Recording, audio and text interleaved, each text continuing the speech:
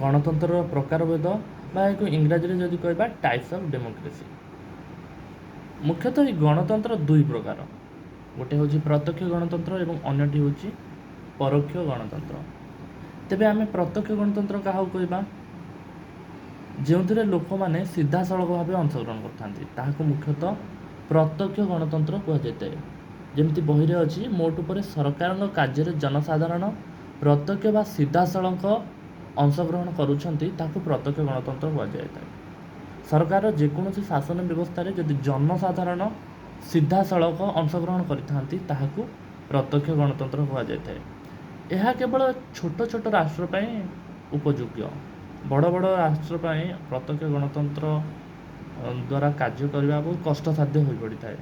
ଆଉ କୌଣସି ଗୋଟେ ଆଇନ ଦେଶ ପାଇଁ ବନେଇବା ହେଉ, ଯଦି ପ୍ରତ୍ୟକ୍ଷ ଭାବେ ଜନସାଧାରଣଙ୍କ ମତାମତ ନେଇ ଆଇନ ବନେଇବା ତାହେଲେ ବହୁତ ବିଳମ୍ବ ହେବ ଏବଂ ଦେଶରେ ବିଶୃଙ୍ଖଳା ଦେଖାଯିବ।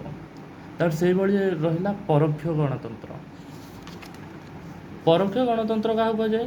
ଯେଉଁଥିରେ ଯେଉଁ ଗଣତାନ୍ତ୍ରିକ ବ୍ୟବସ୍ଥାରେ ଜନସାଧାରଣ ନିଜେ ଅଂଶଗ୍ରହଣ କରିନଥାନ୍ତି, ନିଜେ ସିଧାସଳଖ ଅଂଶଗ୍ରହଣ ନ କରି ସେମାନଙ୍କ ଦ୍ୱାରା ନିର୍ବାଚିତ ପ୍ରତିନିଧି ପରୋକ୍ଷ ଭାବେ ଅଂଶଗ୍ରହଣ କରିଥାନ୍ତି, ତାହାକୁ ପରୋକ୍ଷ ଗଣତନ୍ତ୍ର କୁହାଯାଏ। ଯେମିତି ଆମ ଦେଶରେ ଅଛି, ଆମେ ଜଣେ ନେତାଙ୍କୁ ବାଛୁଛେ, ସେ ନେତା ପରୋକ୍ଷ ଭାବେ ଆମର ପ୍ରତିନିଧିତ୍ୱ କରୁଛନ୍ତି। ଧର କୌଣସି ଗୋଟେ ନିର୍ବାଚନ ମଣ୍ଡଳୀର, ସେ ନିର୍ବାଚନ ମଣ୍ଡଳୀର ଯେତେ ଲୋକ ଅଛନ୍ତି ସେମାନଙ୍କ ପ୍ରତିନିଧି ଭାବେ ସେଇ ଏରିଆର ନେତା ଯାଉଛନ୍ତି।